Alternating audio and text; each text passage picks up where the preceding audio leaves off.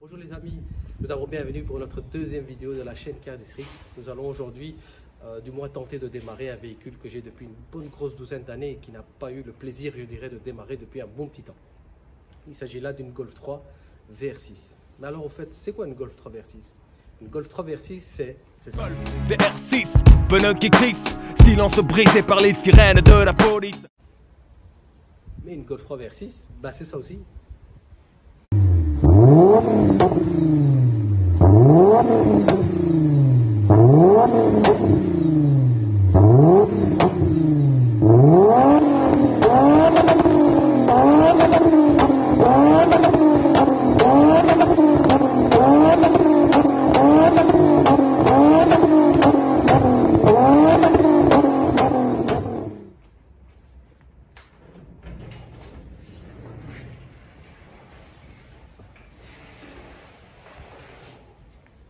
Nous allons d'abord essayer de la démarrer, mais à mon avis, vu qu'elle n'a pas démarré depuis un bon petit temps, je vais devoir lui mettre les câbles. On va aller voir ça.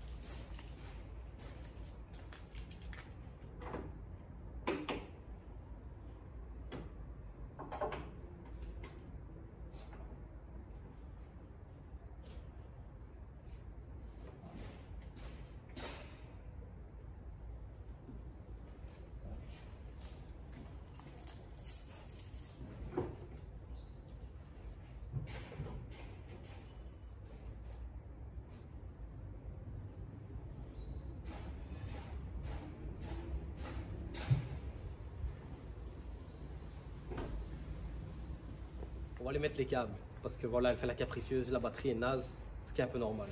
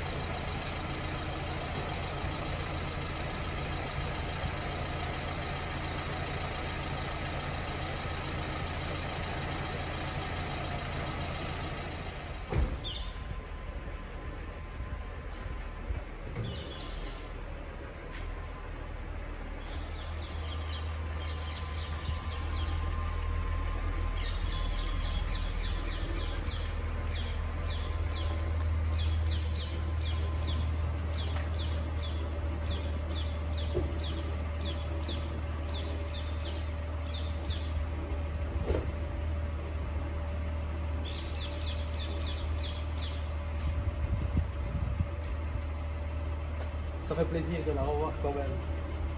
Magnifique, elle a démarré sans aucun problème. Ça, c'est ce qu'on appelle vraiment de la bonne mécanique allemande. Alors, ce que nous allons faire, comme vous voyez, c'est une voiture qui est encore dans son jus. Évidemment, qui a pas mal de défauts carrosserie, mais on va y revenir tout de suite. La paix est en train de chauffer, donc on va lui faire vite fait un petit tour du propriétaire. Donc ici, c'est une VR6 de 1996, modèle OBD2. On va revenir tout de suite sur les différentes versions. Vous aviez l'OBD1, OBD2 et les versions hybrides. Et on va rentrer un peu plus en détail tout à l'heure. Celle-ci donc a une couleur qu'on appelait en fait Twilight Violet. Elle est dotée de jantes BBS démontables en deux parties. On va filmer ici les jantes. C'est des jantes qu'on retrouvait sur la Golf 3 GTI TDI 20e anniversaire, mais également sur la Golf 4 1800 Turbo, donc la GTI 25e anniversaire. C'est vraiment des jantes qui sont magnifiques quand elles sont en bon état, j'ai envie de dire. Alors ici, malheureusement, problème récurrent sur les Golf 3, c'est la rouille. On voit bien qu'elle est bien attaquée. Il manque d'ailleurs une petite partie du bas de caisse latéral. Alors là, on voit aussi qu'elle a été attaquée par la rouille, mais elle a été aussi attaquée par des voleurs donc qui ont essayé de la voler à une certaine époque. Mais bon, elle est toujours là. Voilà, on va l'ouvrir de l'autre côté. Ici à l'arrière, on voit que l'ancien propriétaire, donc avant moi, avait supprimé l'essuie-glace arrière. Ah, c'est vraiment une voiture magnifique, franchement magnifique. J'ai eu beaucoup de plaisir avec.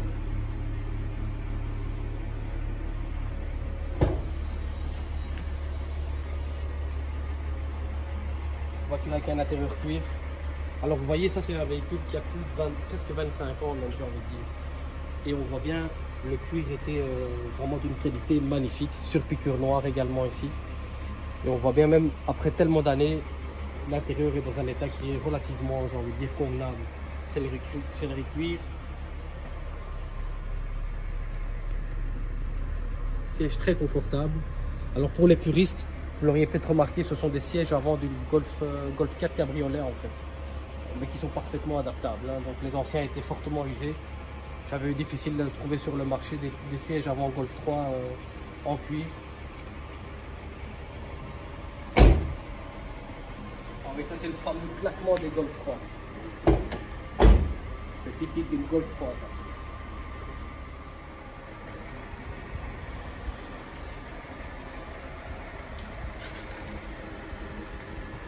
On a ici le fameux logo Versys.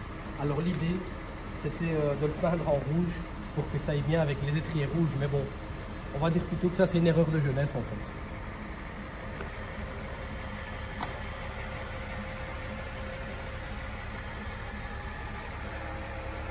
Nous voyons ici le magnifique Versys, donc le moteur 6 cylindres. Alors on va revenir tout de suite hein, sur les spécifications, etc. Je vous conseille toujours aux propriétaires de Versys de mettre un bon petit filtre Cayenne, mais format d'origine, dans la boîte à air, c'est ça qui vous donnera un rendement magnifique. Alors cette voiture, en fait, la Golf 3 Versys, existe en différentes versions. J'ai envie de dire, il y a eu différentes évolutions au niveau moteur. Vous avez la OBD1, OBD2 et les versions hybrides. Mais tout d'abord, on va un peu parler de l'histoire un peu de cette voiture. Donc Volkswagen avait commencé dans les années 70 à lancer le premier, je dirais, les premières GTI. Donc c'était des voitures familiales mais avec des caractéristiques sportives. Ça a été la première des GTI, les autres constructeurs ont par la suite suivi. Vous avez eu la Golf 1 GTI 1,8 litre, enfin pardon, vous avez d'abord eu la Golf 1 GTI 1,6 litre, vous avez eu la 1,8 litre et vous avez même eu une déclinaison 16 soupapes, donc la Golf GTI 16S Oettinger. La Golf 2, elle était apparue en 1983. Fin 83, on retrouve déjà des modèles de 1984 avec le 1800 GTI 8 soupapes et le 1800 GTI 16 soupapes. Par la suite, fin des années 80, on a même eu une version donc 8 soupapes avec un compresseur, la fameuse G60. Ici avec la Golf 3, Volkswagen a voulu en fait se positionner dans un tout nouveau segment, c'est-à-dire mettre dans un petit véhicule compact comme ceci un moteur 6 cylindres. D'où le moteur ici Versys. La première avait été d'ailleurs présentée en 1991, donc lors d'un salon, je pense que c'était le salon de Francfort. Alors ce moteur-là a des particularités, je dirais, qui sont vraiment propres à lui. Donc ce moteur ici a été développé pendant plus d'une dizaine d'années par les ingénieurs de Volkswagen pour pouvoir l'introduire ici dans un espace relativement réduit. D'où maintenant donc ce moteur qui a cette dénomination VR6. Alors V c'est pour cylindre en V, R ça veut dire Rayon, qui en néerlandais, Rein pardon, excusez-moi pour l'accent, Rein, qui veut dire en fait en ligne, donc c'est des cylindres en ligne, et 6 pour le nombre de cylindres. Donc ce n'est pas tout à fait un moteur en V, ce n'est pas non plus tout à fait un moteur avec des cylindres en ligne, mais c'est un peu une combinaison des deux. Donc ici on a les cylindres qui sont orientés, qui ont une inclinaison de 15 degrés, qui leur permettent en fait de pouvoir prendre une place très réduite dans le compartiment moteur. Donc ce véhicule-là, hors sa sonorité qui est vraiment bien propre à lui, a des caractéristiques donc d'un moteur en V, c'est-à-dire coupleux. Il a les caractéristiques d'un moteur en ligne. Un moteur en ligne a une certaine spécificité au niveau technique, au niveau performance, c'est vraiment l'allonge. Alors l'allonge en fait ça consiste à avoir vraiment une accélération, je dirais sur une plage en termes de régime moteur qui est relativement long, et 6 pour le nombre de cylindres. Donc ça c'est un 2,8 litres de 174 chevaux qui vous donne de mémoire, je pense, 235 Nm de couple, qui est vraiment très bien.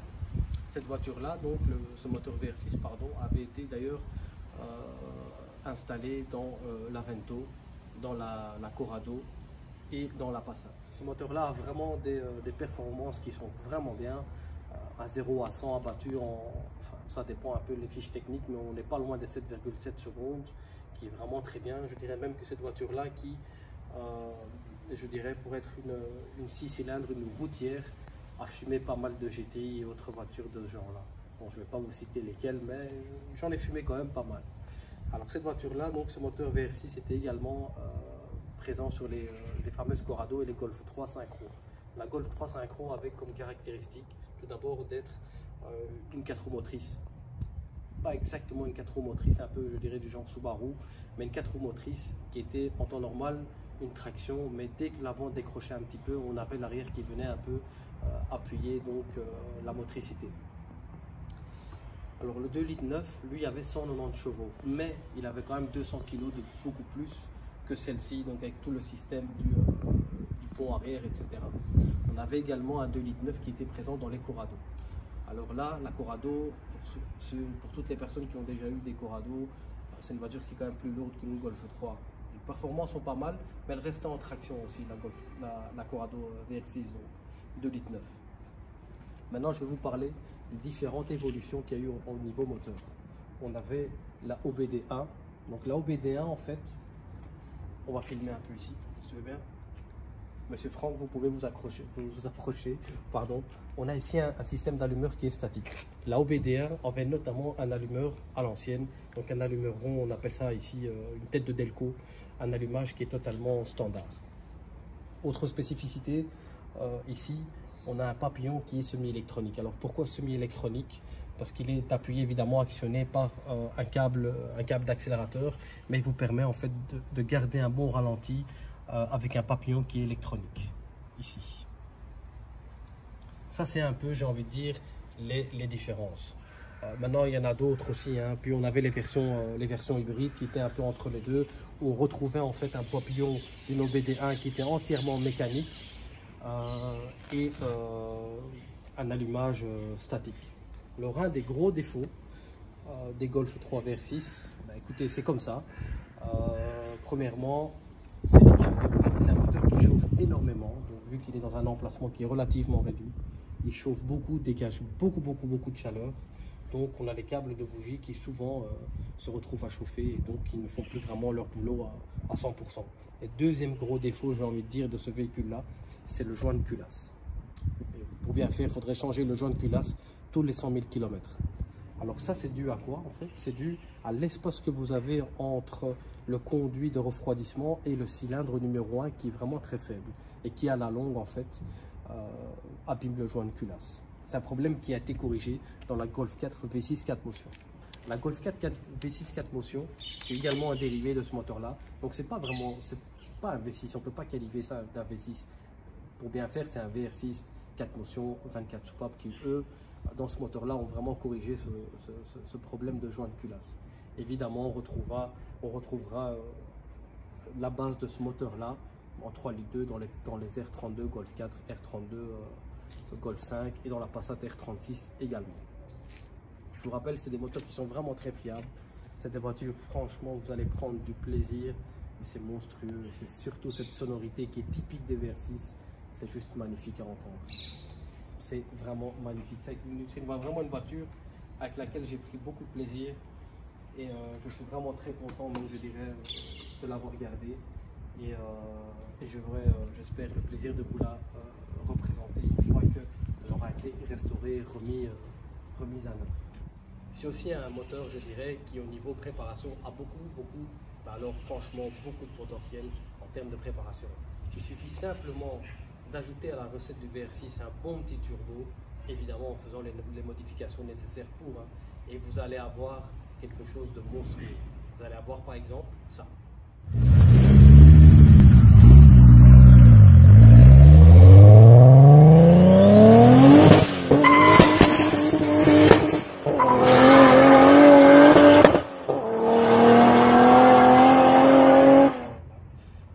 Beaucoup de personnes ont d'ailleurs Golf 2 avec un VR6 en rajoutant un petit turbo, et on arrive à des puissances facilement à des 300, 400, même plus en termes de chevaux, et je vous assure que c'est vraiment pas triste.